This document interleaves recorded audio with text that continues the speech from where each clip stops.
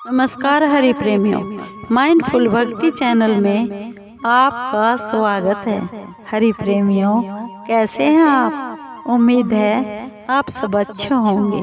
आइए आज का प्रसंग शुरू करते हैं। आज का प्रसंग है श्रीमद् भगवत गीता अध्याय 11। हरि प्रेमियों, वीडियो को अंत तक जरूर देखना।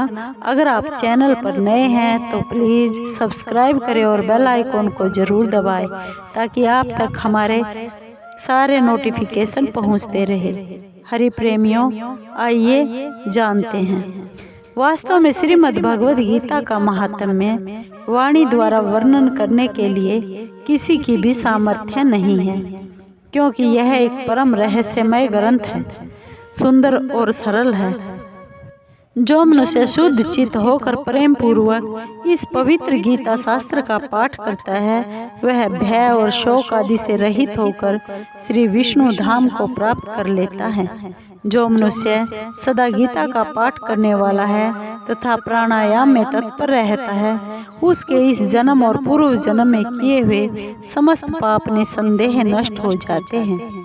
जल में प्रतिदिन किया हुआ स्नान मनुष्यों के केवल शारीरिक मल का नाश करता है, परंतु गीता ज्ञान रूप जल में एक बार भी किया हुआ स्नान संसार मल को नष्ट करने वाला है।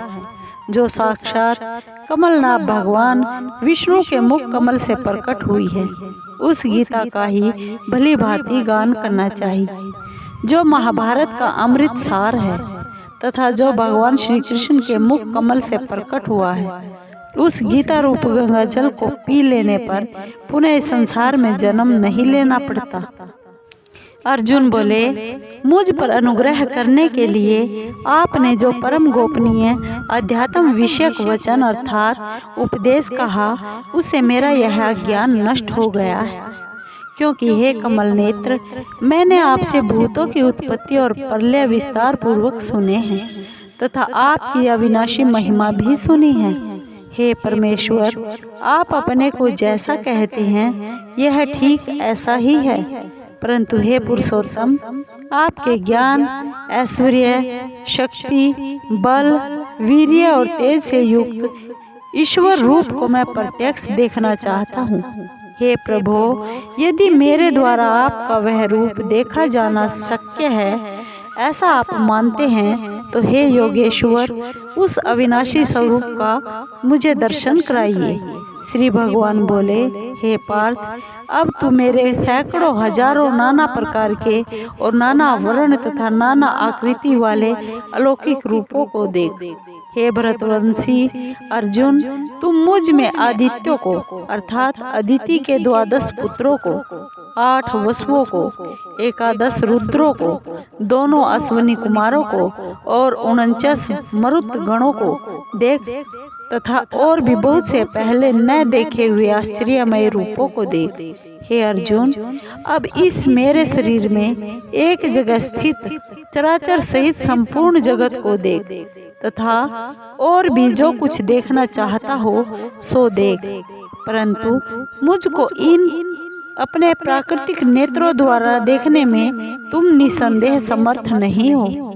इसी से मैं तुझे दिव्य दृष्टि अलौकिक चक्षु देता हूँ, जिससे तू मेरी ईश्वरीय योग शक्ति को देख। संजय बोले, हे राजन, महायोगेश्वर और सब पापों के नाश करने वाले भगवान ने इस प्रकार कहकर उसके बाद अर्जुन को परम ऐश्वर्य युक्त दिव्य स्वरूप दिखलाया। अनेक मुख और नेत्रों से युक्त, अनेक अद्भुत दर्शनों वाले, बहुत से दिव्य भूषणों से युक्त और बहुत से दिव्य शस्त्रों को हाथों में उठाए हुए, दिव्य माला और वस्त्रों को धारण किए हुए और दिव्य गंध का सारे शरीर में लेप किए हुए, सब प्रकार के आश्चर्यों से युक्त, सीमा रहित और सब और मुख किए हुए विराट स्वरूप परम देव परमेश्वर को अर्जुन ने देखा। आकाश में 1000 सूर्यों के एक साथ उदय होने से उत्पन्न जो प्रकाश हो, वह भी उस विश्व रूप परमात्मा के प्रकाश के सदृश कदाचित ही हो। पांडुपुत्र अर्जुन ने उस समय अनेक प्रकार से विभक्त अर्थात पृथक पृथक संपूर्ण जगत को देवों के देव श्री कृष्ण भगवान के उस शरीर में एक जगह स्थित देखा। उसके अनंतर वे आश्चर्य से चकित और पुलकित शरीर अर्जुन प्रकाशमय विश्व रूप परमात्मा को श्रद्धा भक्ति सहित सिर से प्रणाम करके हाथ जोड़कर बोले, हे अर्जुन। अर्जुन बोले, हे देव, मैं आपके शरीर में संपूर्ण देवों को तथा अनेक भूतों को, समुदाय को, कमल के आसन पर विराजित ब्रह्मा को, महादेव को और संपूर्ण ऋषियों को तथा दिव्य सर्पों को देखता हूँ। हे संपूर्ण विश्व के स्वामी, आपको अनेक भुजा, पेट, मुख और नेत्रों से युक्त तथा सब ओर से अनंत रूपों वाला देखता हूँ। हे विश्व रूप, मैं आपके न अंत को देखता हूँ, न मध्य को, न आदि को। आपको मैं मुकुट युक्त, गदा युक्त, चक्र युक्त तथा सब ओर से प्रकाशमान तेज के पुंज, प्रज्वलित अग्नि और सूर्य के सदृश ज्योति युक्त, कठिनता से देखे जाने वाले और सब ओर से अप्रमेय स्वरूप देखता हूँ। आप ही जानने योग्य परम अक्षर अर्थात परब्रह्म परमात्मा हैं। आप ही इस जगत के परम आश्रय हैं। आप ही अनादि धर्म के रक्षक हैं और आप ही अविनाशी सनातन पुरुष हैं, ऐसा मेरा मत है। आपको आदि, अंत और मध्य से रहित, अनंत सामर्थ्य से युक्त, अनंत भुजा वाले, चंद्र सूर्य रूप नेत्रों वाले, प्रज्वलित अग्नि रूप मुख वाले और अपने तेज से इस जगत को संतप्त करते हुए देखता हूँ। हे महात्मन, यह स्वर्ग और पृथ्वी के बीच का संपूर्ण आकाश तथा सब दिशाएं एक आपसे ही परिपूर्ण हैं तथा आपके इस अलौकिक और भयंकर रूप को देखकर तीनों लोग अति व्यथा को प्राप्त हो रहे हैं।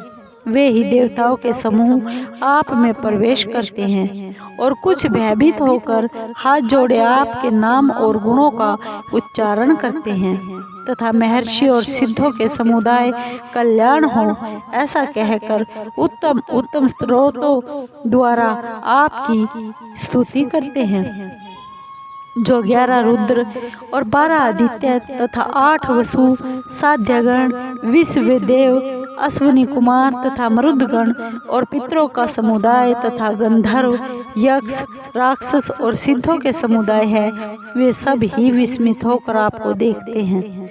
हे महाबाहो, आपके बहुत मुख और नेत्रों वाले, बहुत हाथ, जंघा और पैरों वाले, बहुत उदरों वाले और बहुत सी दाढ़ों के कारण अत्यंत विकराल महान रूप को देखकर सब व्याकुल हो रहे हैं तथा मैं भी व्याकुल हो रहा हूँ, क्योंकि हे विष्णु, आकाश को स्पर्श करने वाले दैदीप्यमान अनेक वर्णों से युक्त तथा फैलाए हुए मुख और प्रकाशमान विशाल नेत्रों से युक्त आपको देखकर भयभीत अंतःकरण वाला मैं धीरज शांति नहीं पाता हूँ। दाढ़ों के कारण विकराल और प्रलय काल की अग्नि के समान प्रज्वलित आपके मुखों को देखकर मैं दिशाओं को नहीं जानता हूँ और सुख भी नहीं पाता हूँ। इसलिए हे देवेश, हे जगन निवास, आप प्रसन्न हो। वे सभी धृतराष्ट्र के पुत्र राजाओं के समुदाय सहित आप में प्रवेश कर रहे हैं और भीष्म पितामह, द्रोणाचार्य तथा वह कर्ण और हमारे पक्ष के भी प्रधान योद्धाओं के सहित सब के सब आपके दाढ़ों के कारण विकराल भयानक मुखों में बड़े वेग से दौड़ते हुए प्रवेश कर रहे हैं और कई एक चूर्ण हुए सिरों सहित आपके दांतों के बीच में लगे हुए दिख रहे हैं। जैसे नदियों के बहुत से जल के प्रवाह स्वाभाविक ही समुद्र के ही सम्मुख दौड़ते हैं अर्थात समुद्र में प्रवेश करते हैं, वैसे ही वे नरलोक के वीर भी आपके प्रज्वलित मुखों में प्रवेश कर रहे हैं। जैसे पतंग मोहवश नष्ट होने के लिए प्रज्वलित अग्नि में अति वेग से दौड़ते हुए प्रवेश करते हैं, वैसे ही ये सब लोग भी अपने नाश के लिए आपके मुखों में अति वेग से दौड़ते हुए प्रवेश कर रहे हैं। आप उन संपूर्ण लोकों को प्रज्वलित मुखों द्वारा ग्रास करते हुए सब ओर से बार बार चाट रहे हैं। हे विष्णु, आपका उग्र प्रकाश संपूर्ण जगत को तेज के द्वारा परिपूर्ण करके तपा रहा है। मुझे बतलाइए कि आप उग्र वाले रूप वाले कौन हैं। हे देवों में श्रेष्ठ, आपको नमस्कार हो। आप प्रसन्न होइए। आदि पुरुष, आपको मैं विशेष रूप से जानना चाहता हूँ। श्री भगवान बोले, मैं लोकों का नाश करने वाला बढ़ा हुआ महाकाल हूँ। इस समय इन लोकों को नष्ट करने के लिए प्रवृत्त हुआ हूँ। इसलिए जो प्रतिपक्षियों की सेना में स्थित योद्धा लोग हैं, वे सब तेरे बिना भी नहीं रहेंगे, अर्थात तेरे युद्ध न करने पर भी इन सब का नाश हो जाएगा। अतएव तू उठ, यश प्राप्त कर और शत्रुओं को जीत कर धन धान्य से संपन्न राज्य को भोग। ये सब सूरवीर पहले से ही मेरे द्वारा मारे हुए हैं। हे सव्यासीन, तू तो केवल निमित्त मात्र बन जा। द्रोणाचार्य और भीष्म पितामह तथा जयद्रथ और कर्ण तथा और भी बहुत से मेरे द्वारा मारे हुए शूरवीर योद्धाओं को तू मार। भय मत कर, निसंदेह तू युद्ध में वैरियों को जीतेगा, इसलिए युद्ध कर। संजय बोले, केशव भगवान के इस वचन को सुनकर मुकुटधारी अर्जुन हाथ जोड़कर कांपता हुआ नमस्कार करके फिर भी अत्यंत गंभीर और भयभीत होकर प्रणाम करके श्री कृष्ण भगवान के प्रति गदगद वाणी से बोले। अर्जुन बोले, हे अंतर्यामिन, यह योग्य ही है कि आपके नाम गुण और प्रभाव के कीर्तन से जगत अति हर्षित हो रहा है और अनुराग को प्राप्त हो रहा है तथा भयभीत राक्षस लोग दिशाओं में भाग रहे हैं और सब सिद्ध गणों के समुदाय नमस्कार कर रहे हैं। हे महात्मन, ब्रह्मा के भी आदिकर्ता और सबसे बड़े आपके लिए वे नमस्कार कैसे ना करें, क्योंकि हे अनंत, हे देवेश, हे जगन निवास, जो सत्य असत और उनसे परे अक्षर अर्थात सच्चिदानंद घन ब्रह्म है, वह आप ही हैं। आप आदिदेव और सनातन पुरुष हैं। आप इस जगत के परम आश्रय और जानने वाले और जानने योग्य और परम धाम हैं। हे अनंत रूप, आपसे यह सब जगत व्यापक अर्थात परिपूर्ण है। आप वायु, यमराज, अग्नि, वरुण, चंद्रमा, प्रजा के स्वामी ब्रह्मा और ब्रह्मा के भी पिता हैं। आपके लिए हजारों बार नमस्कार नमस्कार हो। आपके लिए फिर भी बार बार नमस्कार नमस्कार। हे अनंत सामर्थ्य वाले, आपके लिए आगे से और पीछे से भी नमस्कार।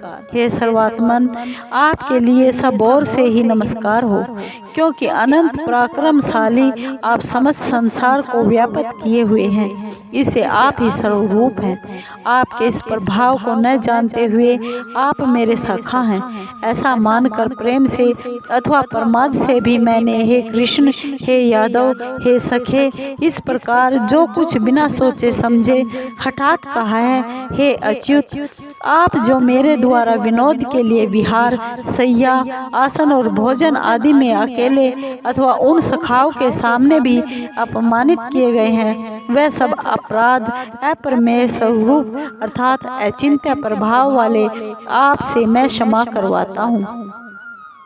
आप इस चराचर जगत के पिता और सबसे बड़े गुरु एवं अति पूजनीय हैं। हे अनुपम प्रभाव वाले, तीनों लोकों में आपके समान भी दूसरा कोई नहीं है, फिर अधिक तो कैसे हो सकता है।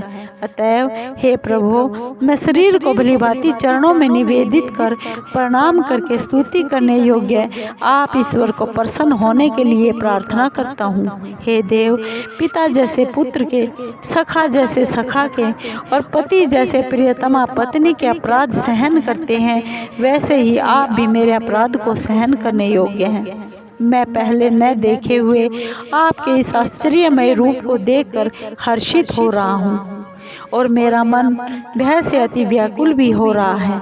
इसलिए आप उस अपने चतुर्भुज विष्णु रूप को ही मुझे दिखलाइए। हे देवेश, हे जगन निवास, प्रसन्न होइए। मैं वैसे ही आपको मुकुट धारण किए हुए तथा गदा और चक्र हाथ में लिए हुए देखना चाहता हूँ। इसलिए हे विश्वरूप, हे सहस्त्रबाहु, आप उसी चतुर्भुज रूप से प्रकट होइए। श्री भगवान बोले, हे अर्जुन, अनुग्रह पूर्वक मैंने अपनी योग शक्ति के प्रभाव से यह मेरा परम तेजों में सबका आदि और सीमा रहित विराट रूप तुझको दिखलाया है। जिसे तेरे अतिरिक्त दूसरे किसी ने पहले कभी नहीं देखा था। हे अर्जुन, मनुष्य लोक में इस प्रकार विश्व रूप वाला मैं न वेद और यज्ञों के अध्ययन से, न दान से, न क्रियाओं से, न उग्र तपों से ही तेरे अतिरिक्त दूसरे के द्वारा देखा जा सकता हूँ। मेरे इस प्रकार के इस विकराल रूप को देखकर तुझको व्याकुलता नहीं होनी चाहिए और मूढ़ भाव भी नहीं होना चाहिए। तू भय रहित और प्रीति युक्त मन वाला होकर उसी मेरे इस शंख चक्र गदा पद्य युक्त चतुर्भुज रूप को फिर देख। संजय बोले, वासुदेव भगवान ने अर्जुन के प्रति इस प्रकार कहकर फिर वैसे ही अपने चतुर्भुज रूप को दिखलाया और फिर परमात्मा श्री कृष्ण ने सौम्य मूर्ति होकर इस भयभीत अर्जुन को धीरज दिया। अर्जुन बोले, हे जनार्दन, आपके इस अति शांत मनुष्य रूप को देखकर अब मैं स्थिर चित्त हो गया हूँ और अपनी स्वाभाविक स्थिति को प्राप्त हो गया हूँ। श्री भगवान बोले, मेरा जो चतुर्भुज रूप तुमने देखा है यह सुदूरदर्श है, अर्थात इसके दर्शन बड़े ही दुर्लभ हैं। देवता भी सदा इस रूप के दर्शन की आकांक्षा करते रहते हैं। जिस प्रकार तुमने मुझको देखा है इस प्रकार चतुर्भुज वाला रूप मैं न वेदों से, न तप से, न दान से और न यज्ञ से ही देखा जा सकता हूँ, परंतु हे परंतप अर्जुन, अनन्य भक्ति के द्वारा इस प्रकार चतुर्भुज रूप वाला मैं प्रत्यक्ष देखने के लिए, तत्व से जानने के लिए तथा प्रवेश करने के लिए अर्थात एक ही भाव से प्राप्त होने के लिए भी शक्य हूँ। हे अर्जुन, जो पुरुष केवल मेरे लिए ही संपूर्ण कर्तव्य कर्मों को करने वाला है, मेरे परायण है, मेरा भक्त है, आसक्ति रहित है और संपूर्ण भूत प्राणियों में वैर भाव से रहित है, वह अनन्य भक्ति युक्त पुरुष मुझको ही प्राप्त होता है। हरि प्रेमियों, आपको ये वीडियो कैसी लगी? अगर आपको वीडियो अच्छी लगी हो तो प्लीज़ लाइक कीजिए, शेयर कीजिए, सब्सक्राइब कीजिए और कमेंट जरूर कीजिए। धन्यवाद।